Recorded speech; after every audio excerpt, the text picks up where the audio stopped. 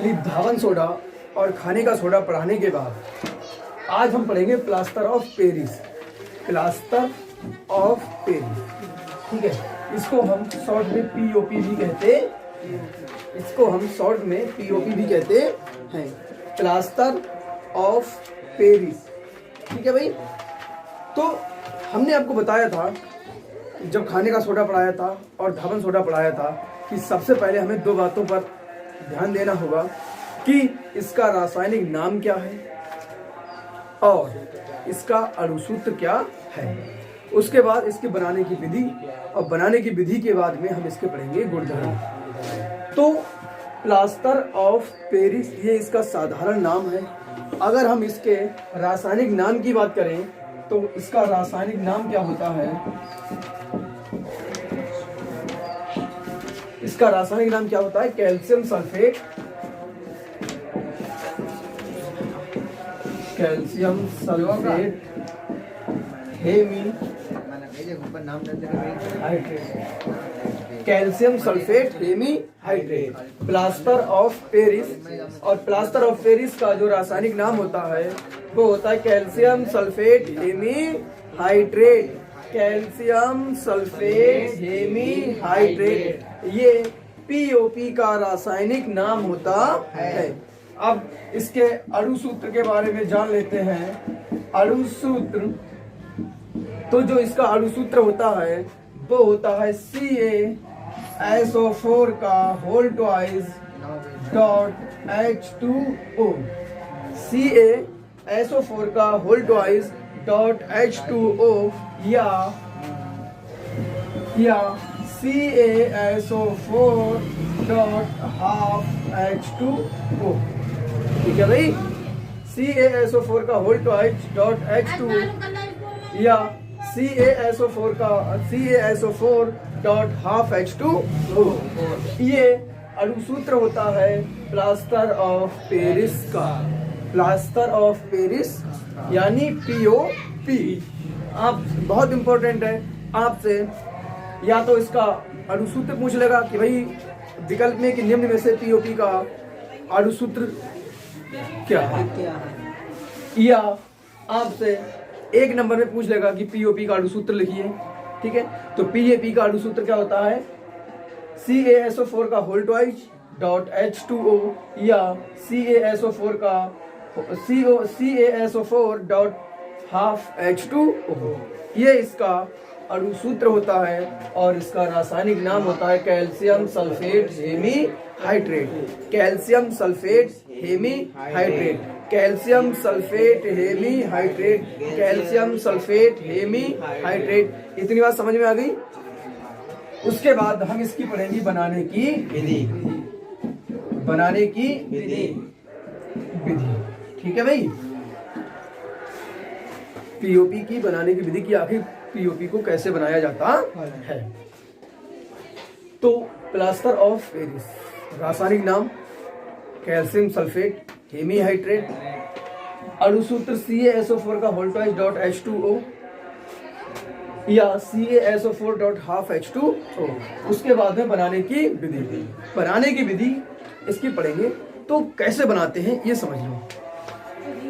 हम सबसे पहले लेते हैं जिप्सम, ठीक है। जिप्सम नाम का कोई पदार्थ है हमारे पास, मान लीजिए। उस जिप्सम पदार्थ को हम वायु में जलने वाले की अनुपस्थिति में, वे पदार्थ जो वायु में जल जाते हैं उनकी अनुपस्थिति में हम जिप्सम को 120 से 130 डिग्री टेम्परेचर तक गर्म करते हैं। गर्म करने के पश्चात हमें पीओपी प्राप्त होता है।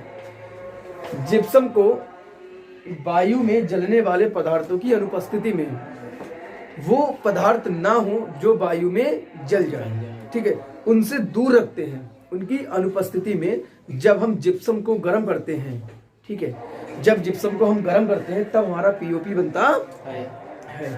तो सबसे पहले जिप्सम पता होना चाहिए कि जिप्सम हमारा क्या होता है, ठीक है।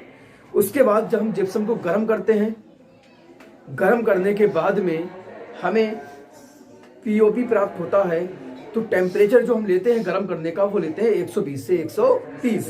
तो जब हम जिप्सम हमारा क्या होता है CaSO4 डॉट 2H2 ओ, यही तो होता है CaSO4.2H2O। और जब हम इसको गर्म करते हैं, डेल्टा का मतलब ये डेल्टा बना देते हैं, इसका मतलब होता है गर्म करते हैं। जब हम टेम्परेचर को 120 डिग्री सेंटीग्रेड से 120 से 130 डिग्री सेंटीग्रेड लेते हैं, तब हमारा CaSO4 का होल ट्वाइस CaSO4 का होल ट्वाइस डॉट H2O प्राप्त होता CaSO4 का होल ट्वाइस डॉट H2O प्राप्त होता है। CaSO4 का होल ट्वाइस डॉट H2O प्राप्त होता है। इतनी बात समझ में आ गई। साथ ही अब इसको बैलेंस करते हैं। यहाँ CaSO4 दो हैं, यहाँ CaSO4 कितने हैं? दो हैं। तो सबसे पहले दो से आप क्या करोगे? मल्टीप्लाई। ठीक है, अब CaSO4 का होल ट्वाइस दो हो जाएंगे। ठीक है, तो जब CaSO4.2H2O यानी जिप्सम को जब हम गर्म करते हैं, तब हमारा क्या प्राप्त होता है? POP, और साथ में H2O ये हमारा अलग हो जाता है।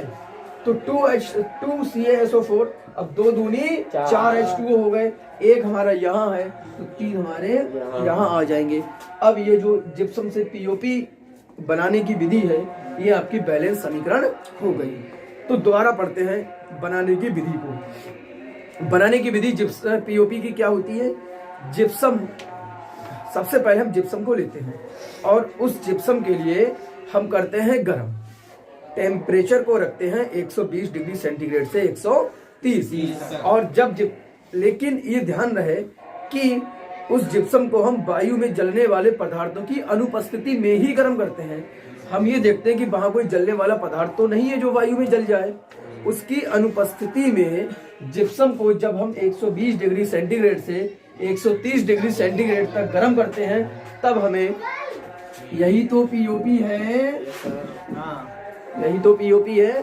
तो POP प्राप्त होता है हमें CaSO4 का whole twice dot H2O plus 3H2O।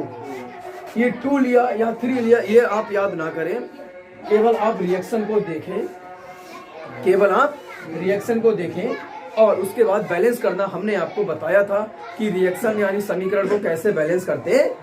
बहुत आसान तरीके हमने आपको बताया था, बहुत सारे इस पर हमने आपको समीकरणों को संतुलित करना भी सिखाया था, बैलेंस करना सिखाया था। तो बनाने की विधि हमारी क्या हो जाएगी? CaSO4 का होल CaSO4.2H2O।